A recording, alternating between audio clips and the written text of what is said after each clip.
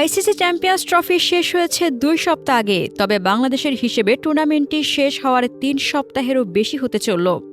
আর সেই সময় কিনা প্রসঙ্গ উঠল সাকিব আল হাসানের চ্যাম্পিয়ন্স ট্রফির দলে না থাকা নিয়ে।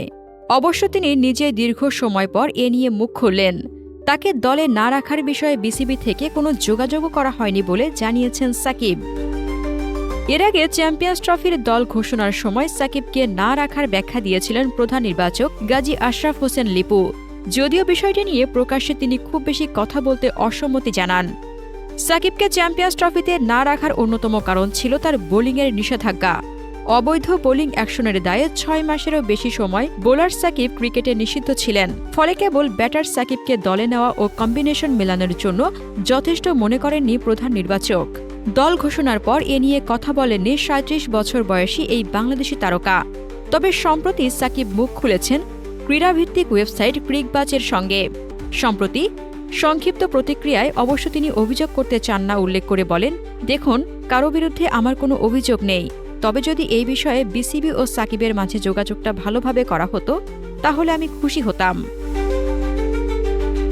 এর আগে চ্যাম্পিয়ন্স ট্রফির জন্য বাংলাদেশের দল ঘোষণার সময় প্রধান নির্বাচক বলেছিলেন বোলিং অ্যাকশনের পরীক্ষায় নেগেটিভ, তাই তিনি শুধু ব্যাটসম্যান হিসেবে খেলতে পারবেন। আমরা তাকে দল গঠনে ব্যাটসম্যান হিসেবে বিবেচনা করেছি, কিন্তু কম্বিনেশনে শুধু ব্যাটসম্যান হিসেবে তাকে জায়গা দেওয়া যায়নি।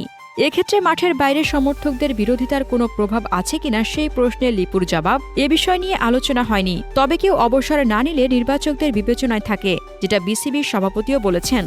ফিটনেস বা অন্য সমস্যা আছে কিনা আমরা সব ক্লিয়ারেন্স চাই।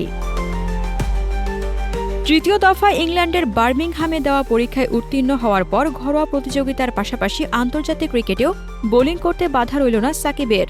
সাকিবের অনুপস্থিতিতে বাংলাদেশের সিনিয়র ক্রিকেটারদের ভেতর তেমন কেউ রান করতে পারেননি চ্যাম্পিয়ন্স ট্রফিতে।